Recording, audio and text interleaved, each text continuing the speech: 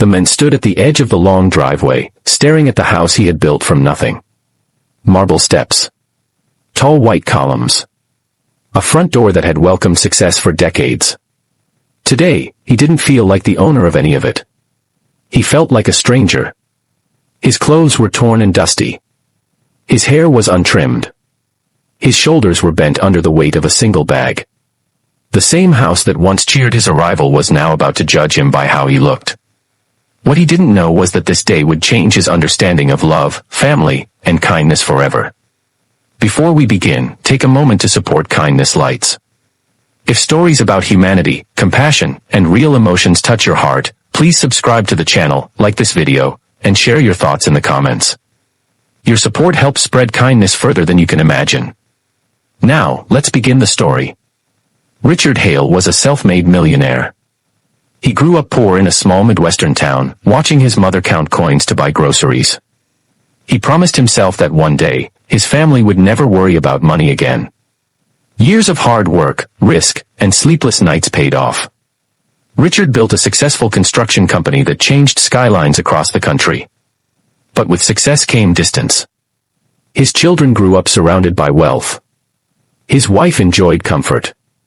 Family dinners became rare. Conversations turned shallow. Richard began to wonder a painful question: if everything disappeared tomorrow, would love remain? That question haunted him. So Richard made a decision that shocked even himself.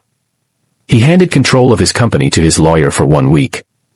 He withdrew a small amount of cash. He left his phone, watch, and credit cards behind. And he returned home looking like a man who had lost everything. He wanted the truth. When Richard walked up the driveway, laughter floated through the air. His extended family was gathered outside. Well-dressed. Relaxed. Smiling. He stepped closer, his worn shoes scraping against the stone. The laughter stopped. His older brother squinted. His sister frowned. His own son didn't recognize him at first. Then someone whispered his name. Silence followed. "What happened to you?" his wife asked, her smile gone. Richard swallowed. "I lost the company," he said quietly. "Bad investments. Lawsuits. It's all gone." The words hung heavy. His brother scoffed. "You expect us to believe that?"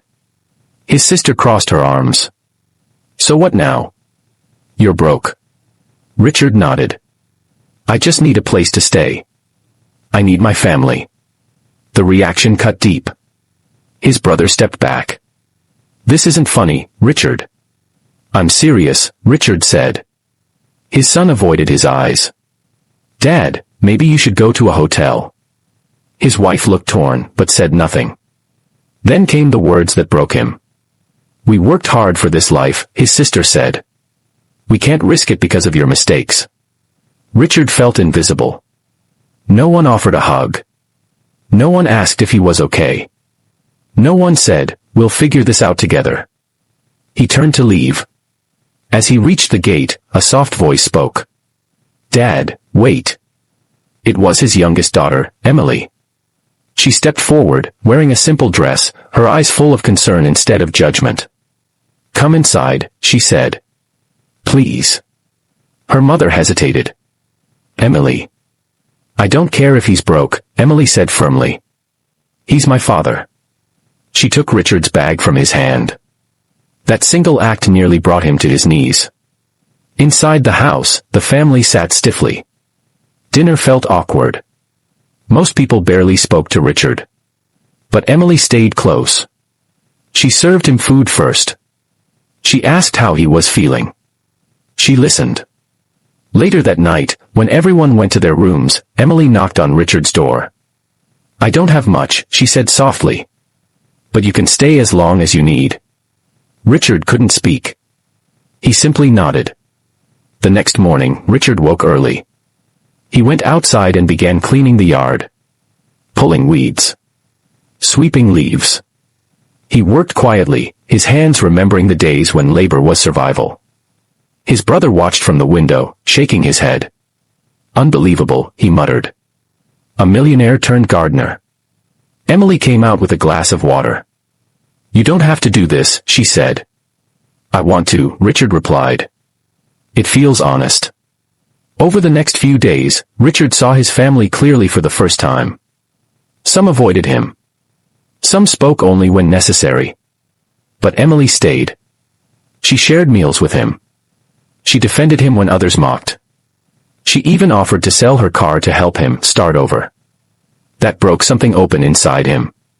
One afternoon, Richard overheard his wife speaking on the phone. He's changed, she said. But I don't know if I can go back to how things were. That night, Richard couldn't sleep. He realized the truth hurt more than any business loss ever could. On the seventh day, Richard asked everyone to gather in the living room. They looked nervous. I need to tell you something, he said.